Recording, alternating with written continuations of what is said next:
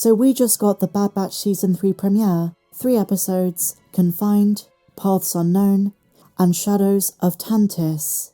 3 wonderfully paced episodes, lots of callbacks to the first 2 seasons, and huge confirmation of a wild Omega theory that was popularized in Season 1. Confined begins with Omega's daily life as a prisoner on Mount Tantiss. Time passes and is measured by her counting the rotations, and by the halfway mark of the first episode, she's grown a ponytail, a neat touch to show just how long she's been doing this. Her daily routine is exactly the same, every single time. Scientist Emery Carr, who was confirmed to be Omega's sister, at the end of Season 2, a fellow clone comes to get her from her cell every single morning. She crosses paths with Crosshair and some other clone prisoners who are emaciated and also being tested on for Palpatine's nefarious projects. Omega is a very special clone though, and was sent to ensure Nala Se complies, but as we see, as we're going to get to in just a moment, her purpose is way more significant. So every day she has a blood sample taken by Emery and they're then sent to Nala Se. Nala Se keeps discarding the blood samples though, trying to delay Palpatine's project. And this is where a major theory is confirmed. The early reviewers said there are connections to the Mandalorian and the Rise of Skywalker, Palpatine's project on Mount Tantiss, Project Necromancer, which is referenced by Hux later in the timeline.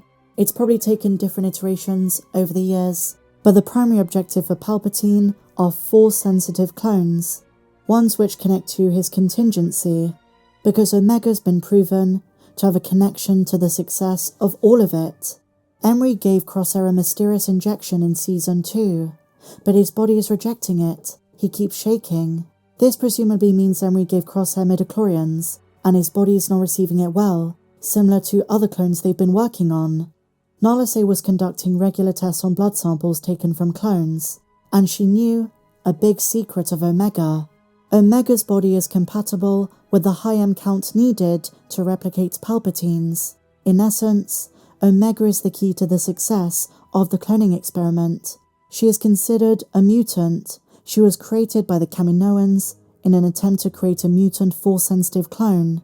This is the big revelation at the end of Episode 3, Shadows of Tantiss, when Emery Carr says, the clone sample supported a positive M-count transfer with no degradation from the specimen. Omega is the key to all of this. Somehow the Kaminoans back on Kamino successfully created a single clone whose body would not reject Midichlorians. Since Omega is now confirmed to not be an ordinary clone, the Kaminoans were secretly trying to create mutant Force-sensitive clones before the Dark Times, and this is something Omega is the product of. Is it possible Omega has the Force, and naturally has a very high Midichlorian count? Omega, for all intents and purposes, is Palpatine's perfect template. Dr. Hemlock realizes she is one of Palpatine and the facility's biggest assets. They cannot afford to harm her or kill her, so he calls off the hunt. And this is where I think he's going to call upon bounty hunters like Asajj Ventress, Cad Bane, Fennec Shand, to bring Omega in alive, unharmed. They really are connecting various points of the Star Wars timeline because what they're working on now is still something in the works from Dr. Pershing, Hux, Sloane, in the years to come. So to what extent was Omega part of that? And some fans noted, Hemlock's eyes look very familiar, the piercing blue of Supreme Leader Snoke. Is Hemlock going to fail the task and inadvertently going to be used by Palpatine?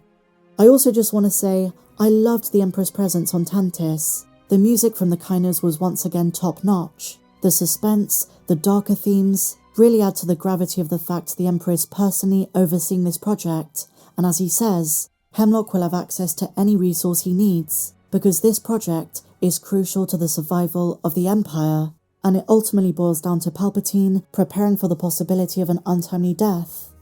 And did you notice the gateway to the specimens, the secret lab on Tantiss, resembles Gideon's outpost from the Mandalorian Season 3 on Mandalore? The red laser gates, the tanks, they're definitely foreshadowing, and that is a key word throughout the 3 episodes. So returning to the subject of Omega, a vital aspect of her personality they keep coming back to is the fact she has a lot of trust, she's caring, and compassionate, not just towards Crosshair, but also the Lurker Hound, Batcher, which I think was a really appropriate name, and also the fact Omega is still a child, and I really love the fact she created her own Tuka doll, very similar to Lula. The exploration of the facility of Mount Tantiss was an heir to the Empire fan dream. I loved this. The world building was also really nice, what the lurker hounds were afraid of, the giant creatures, that if you escape the perimeter, you will be eaten by. The dynamic between the characters was also very interesting. On the one hand, you have Nala Se, who is looking out for Omega, gives her data pad and helps her escape, is looking out for the fact that she can't allow this blood sample to go through. Omega will be at risk, in danger. Nala Se was fully aware of the fact that if the Empire found out she was the perfect template for a high M count, it was game over. They would drain her for everything she's worth, and now they're after her.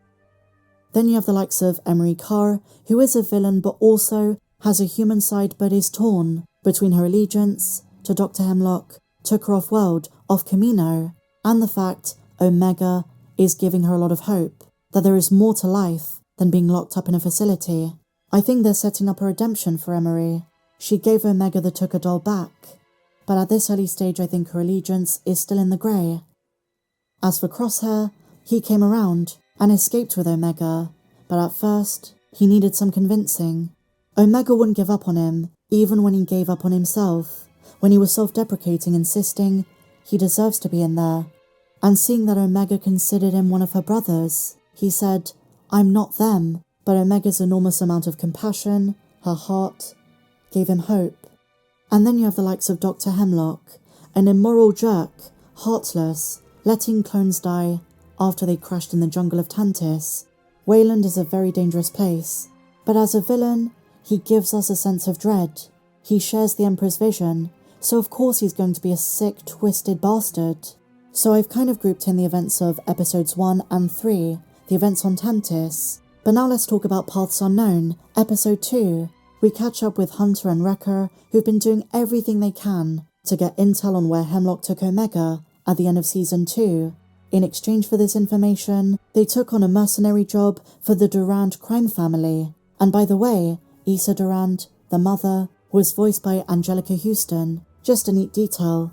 And the whole Durand family ties up a loose end from season 1. Do you guys remember Roland Durand and the skirmish on Ord Mantell? At the time, everyone and their pets labelled that episode as filler, but it's come back full circle in such a satisfying way. Hunter and Wrecker handed in the Pike, who disgraced Durand, threatened their family, and took his horn. And as someone who is a fan of Star Wars Rebels, which made these kind of cross-season references all the time, I love seeing this kind of reward for fans who watched the first 2 seasons to come back around in this show. Now what I find super fascinating is the fact Wrecker and Hunter have a very different approach to the mission. It's just them on their own, while Rex and Echo are busy and will be for another 2 rotations. Their dynamic was surprisingly refreshing, and for once, Wrecker is the one with a bit more sense. He cautions Hunter that the last time they stormed an Imperial base, not all of them made it out alive, an allusion to Tech's death. Hunter is more desperate and impulsive though, and just wants to get the mission started. The intel given to them by the Durand family is outdated, and so the 2 land in the jungle of a planet which was the former location of Hemlock's lab, but he moved it to Wayland. The entire base of operations, the cloning projects, the one they land on is defunct, but they come across 2 young regs, and then a third. If you guys remember, there were clone cadets who were sent off Camino in season 1. We assumed they were the same ones who ended up in the Vader comics, but instead, they're defected clones whose blood was tested, and they escaped the Empire's grip. After a very action-packed creature episode, with creatures called Slivervines, the Bad Batch and the Regs make an escape. Hunter says he has a lead on a sector, but nothing more concrete. There's a lot of exploring to do. In the meantime, he tells the young clone cadets he's going to drop them off on a planet where they can lay low, where they don't have to be soldiers. And this, I assume, is Pabu. Here's another fun fact. Mox, one of the young clones, was voiced by Daniel Logan, young Boba Fett, from Attack of the Clones. Hunter just gave them a new lease at life. So it seems as though the Bad Batch is now going to try and find Wayland and Mount Tantiss, but Omega's already escaped, with Crosshair, so where are they headed next? Another fantastic little tidbit was the fact Crosshair was able to respect Tech's legacy by enforcing Plan 72 when they escaped. I love little things like this. Very curious to see where the show goes, but I really love this premiere. Nice to see all these connections, references, And as I say, the pacing was amazing, the music. I had a lot of fun. Over the next few days, we're going to be talking about specific elements of the episode in more depth. But for now, I give the premiere full marks. What did you guys think? Share your thoughts in the comments down below. And if you enjoyed this breakdown, please be sure to give me a big fat thumbs up, subscribe if you're new, and always remember, the Bad Batch is not defective, they're effective. May the Force be with you, always.